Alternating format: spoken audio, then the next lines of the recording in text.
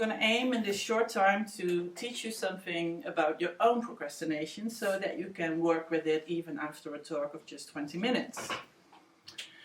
And when I thought about this talk, I thought there's something weird about procrastination. It's a bit like sex in how people, almost everybody does it. Like research says it's 95% of people who regularly more or less procrastinate, but they don't like to talk about it, or only jokingly, like, oh, I'm a procrastinator, it's really bad. And there's a lot of shame around procrastination. Well, in that it's like sex, I guess, for a number of people, but of course the very big difference is that it's less satisfying.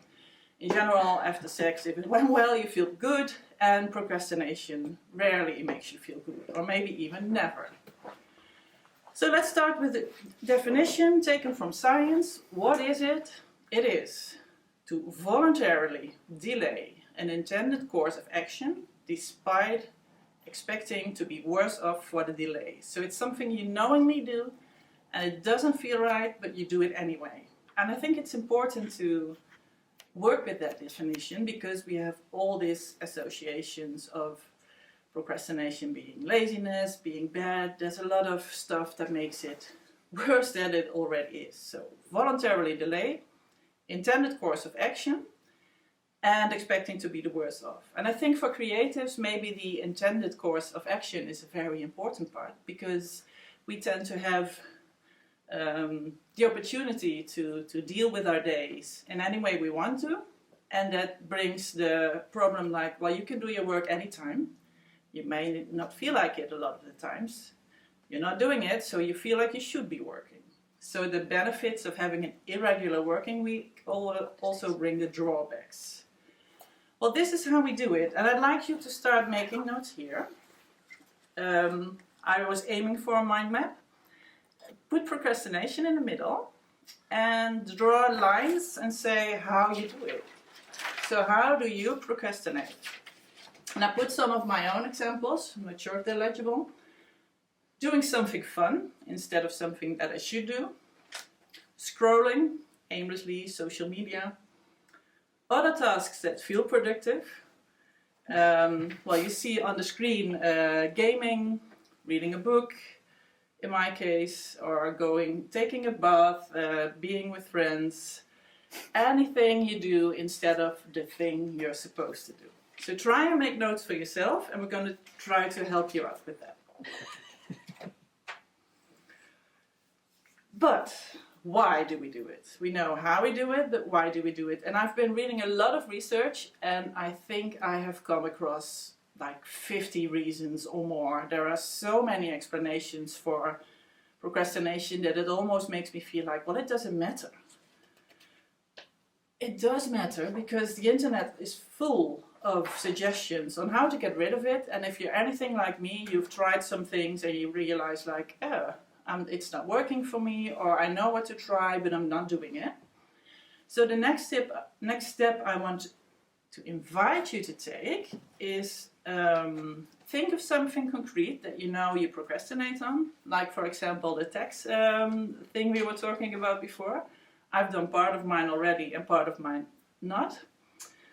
The part that I've done already is due to the fact that I work as a procrastination coach. And see which of these 4 triggers you recognize for the one or more things you have written down, like, hey, this is something I regularly procrastinate on. So the triggers from research say, low confidence in the ability to succeed is something that can trigger procrastination. So maybe you recognize that from when you don't really know how to start a project and you don't see it for you and you don't see the result yet and it feels like, I don't know, when you don't feel like starting it. Another famous one, task aversiveness, which can be summarized as, I don't wanna. Third one, the goal or the rewards feel too far away. And I guess many of that know the opposite of that, like when the deadline gets close, we start to get our stuff into gear.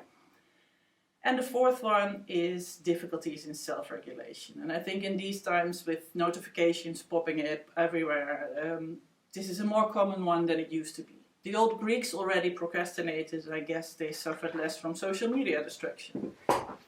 So try and see if you can relate some of these triggers to some of your procrastination items. Because one of the things I believe in is that there's not one reason for procrastination. Sometimes you read it's perfectionism or it's fear of failure, and I think it can be many different things.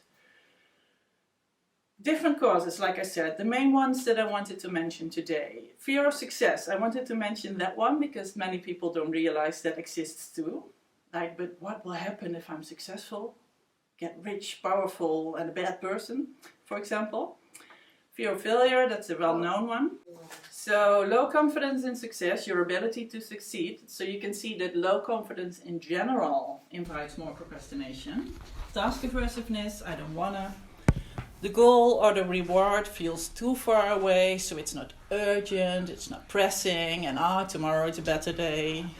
And difficulties in self-regulation, where I made the joke that the old Greeks who already procrastinated suffer less from social media distraction.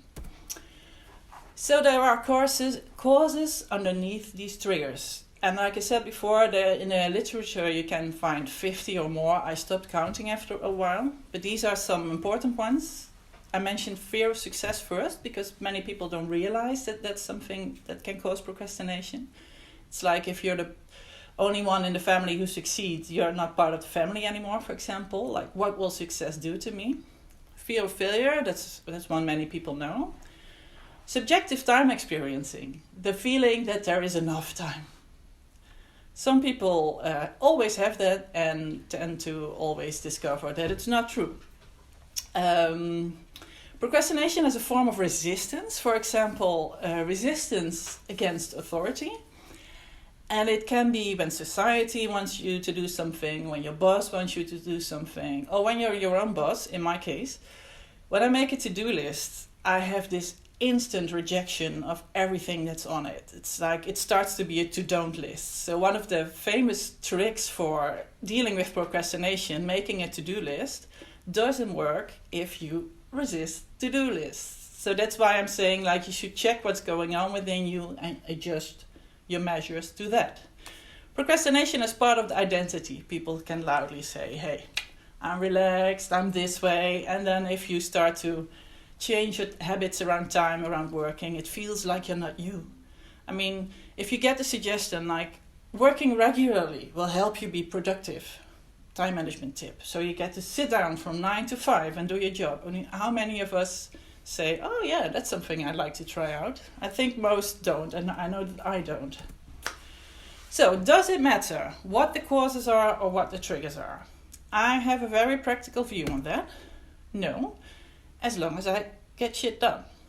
If I don't get it done, that's where it gets relevant. So if I don't reach this point like, yes, I did it, and I did it in a way that I like it, without feeling guilty, without feeling stupid, then it matters to have an idea like what's triggering me, maybe what's causing it, so I can search for the right solution. Because you know, the internet's full of solutions. What you can do against procrastination. The trouble is actually doing that and succeeding in that. Surprise! Most of us try to get ourselves productive by saying, I have to, by doing the strict parent thing with ourselves. Turns out being gentle, self-compassionate and stuff like that is actually more productive because it makes you feel good about yourself instead of bad, and feeling good contributes to self-confidence, so you have more belief that you succeed. If you say to yourself all the time, I'm a procrastinator, it's not helpful for... It can be, I am somebody who is working on changing my habits, but that's a lot more positive. That has a more positive drive. So one thing I wanted to discuss is the needs that can be underneath procrastination. And I have this suggestive, with a wink, slide that asks, is it procrastination or is it self-care? And let me bring up an example. You can do this, of course, with your own notes. if you can, because you've just looked at the triggers with some things, you can also ask yourself, like, if I look deep inside of me, what is the reason why I'm procrastinating? What radio channel in my head is broadcasting things? What's my body broadcasting to me instead of like doing the job you will? And if you can see here, I've noticed it when I scroll a lot, Instagram, Facebook, Twitter, it can be because I feel lonely and I want to have contact.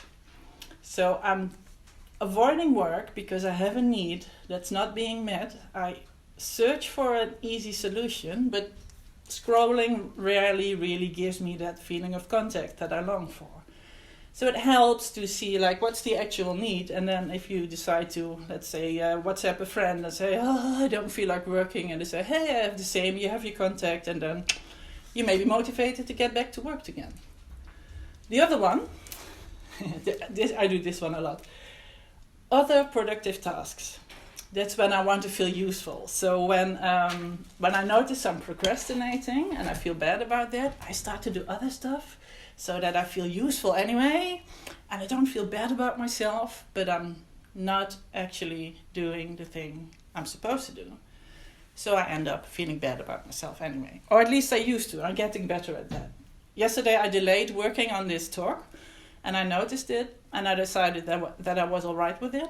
And I spent the evening bringing you all these monsters from my book and enjoying that a lot. And I went to bed too late, and it was perfect. I'm not sure if anyone can read this. This is a page for my book. It's what I did when I delivered a course on procrastination was like, okay, you've got these tools to work with. I'll give some examples. Eat the Frog is a very famous one. The Pomodoro technique is a very famous one. You can Google them, find them. They're very useful. But then the trouble comes and says, okay, but how am I going to help myself actually do them? So one thing I think it's really helpful is when you learn how to read yourself. So the top, I can do like this, right? Yeah, people find it hard to read it. Yeah, so if you can I'll read it out it, loud. That would be amazing. Perfect. So this one says, check for bodily reactions. Where in your body do you feel relaxed, tense, warm, cold? And by putting the focus on yourself instead of the enabling behavior that you're procrastinating with, for example, scrolling, you already stop part of the procrastination and you start to talk with your body, like, what's actually going on within me? No interpretations, just checking. What in mindfulness is called a body scan, for example. Here, check for emotions. Learn to find in yourself, like, do I feel fear? Do I feel anger? Do I feel sadness? Do I feel happy? I cannot concentrate, but I feel really happy. So this is another entry. You can see these as different entries into what's going on inside myself. If you're not that fond of talking with your body and you don't know that much about your own emotions, which is very possible, then you always have your brain, what I call the radio broadcast. Like, what are you thinking when you think about the thing you want to do? The example I gave was I don't wanna, but it can also be I don't know how. Many reasons. I know when I tell myself that I'm not doing something for 10 reasons at the same time, then I'm actually making up excuses and I'm procrastinating. So I recognize procrastination from the thoughts in my head. And another one that's really interesting, I think, the impulse you feel. Check for reactions related to action. What do you want to do at this point? When you notice your feelings, when you notice your thoughts. And a thing that many people do is when they get tired and they're working, they don't take a break because they want to be productive. They start to do something else, for example, scrolling. And what they do then is a mini break that doesn't actually replenish energy. So the energy never returns, so it's kind of hard to get back to work. And if you notice that you are switching what you're doing because you want to do something else and you need to take a break and take it guilt-free. And then it's going to be easier to get back to work instead of I'm almost working again. I keep on mentioning scrolling because that's a familiar thing for me. So, If you want to work with procrastination in yourself, I ask you to make the notes. You can also use these steps, 3 steps. First, write down if that's your thing. If you write it down or put it on a voice memo, you take it outside of your head, so you stop ruminating too much. What are you doing instead of the thing you're supposed to do? So what's the enabling behavior, the thing you do instead? Okay, you notice what it is you're doing and ask yourself, why are you doing this? And an easy entry can be checking for those 4 triggers, because they might be very easy to recognize. If you recognize a trigger, you can look for a measure that goes for it. For example, task aversive, make it more fun. When I was a child, I used to do the vacuum cleaning that I had to do. I couldn't postpone because my mom was paying attention. I was doing that in her high heels. So I felt very, very cool. Clean. Which helped me do my vacuum cleaning. I don't do that anymore. Too bad. Yeah. Self-regulation. If you really are someone who gets distracted by notifications, stuff, people walking around, what can you do to kill the distractions or make them less? And when people say notifications out, but you get really stressed when you take notifications out for a long time, it's like a skill you can build. Like start with 5 minutes with no notifications. If you survive 5 minutes, you can add another 5, make it 10. And so you can build your capacity to live without notifications of your phone, your laptop, whatever. Another one, when the goal is too far away, then you can search for ways to make something meaningful in the now. So a fake deadline can help. It's not something that really works for me. It only works for me if I say at that fake deadline, I will let this friend know whether I've done it or not. So there's this piece of social contact. There's also this piece of, I don't want to come across as a procrastination coach who doesn't know how to handle her procrastination, so better get it done before that time. So to make it more meaningful in the moment. And for big projects or bigger tasks, one of the things that can work is planning smaller rewards closer to what you're doing. So also not legible on screen. It can be anything. In these COVID times a bit less. Things like take a bath, extra special coffee, pedicure. It's like my clients came up with these because I've never had a pedicure in my life, I think. Vague exercise. It's like connect something you don't want to do to something you do want to do and make it your reward. What else did I bring? Classic excuses. There's something else you can help yourself with. If you know you regularly suffer from I don't know how as an excuse to not get started, train yourself in saying to yourself, okay, that's something that I can figure out. I'll focus on figuring out how to get this started instead of I want to start it. So focus on what the actual answer to your excuse is. I don't know what to do, etc. Well, okay, then focus on how you can find out what. I don't feel like it. There's 2 ways you can go with that.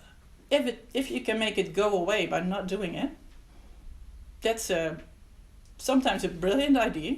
And if you then decide it sooner rather than later, you can do it guilt-free. For example, all the newsletters in my inbox that I will never read. I decided that I will never read them. And the other one is to use the eat the frog technique. The eat the frog technique means do the thing you are most likely to procrastinate on early in the morning, so you can spend the rest of your day thinking, that's done. Another excuse, tomorrow will be a better day for this. Well, of course, you can tell what happens there. Tomorrow, it'll be tomorrow again. So what you can do, and I think this is very individual, is create your own replies to your favorite excuses. Like, what do I need to not buy into this excuse of mine? And if you like, you don't mind that, is the chat taped? Will the chat be in the video? It's not in the video. And then, okay, then you can even share it in the chat and see if other ones have the same favorite excuses as you do. I think one of the good things about talking about procrastination is that we find out that we're not alone. And that makes it, I don't know, it doesn't make it better or more fun, but it's a relief. I guess that's the word I'm looking for. Eat the Frog by Brian Tracy, for those who want to search it. The Pomodoro technique, which means working with small boxes of time that you dedicate to concentrating and nothing else. So classically that's 25 minutes with a 5-minute break, 25 minutes with a 5-minute break, then 25 minutes with a longer break. There's a whole regular system for this. What I notice with my clients is that it can really help to adjust this to your needs. So if 25 minutes concentrated time without any distractions, not even peeing, is too much for you, you start with 15 or you take 20. On the other hand, when you're on the flow, it doesn't make sense to take a break after 5 minutes. So you could have a 1 or 2 hour flow Pomodoro. Keep in mind that you need a longer break after that intensive work so that you actually give yourself a serious break because you deserve it. When things go well, you can end up working together with your frogs and it can start to be fun. And I think if I look at the time, I should stop talking and leave room for questions.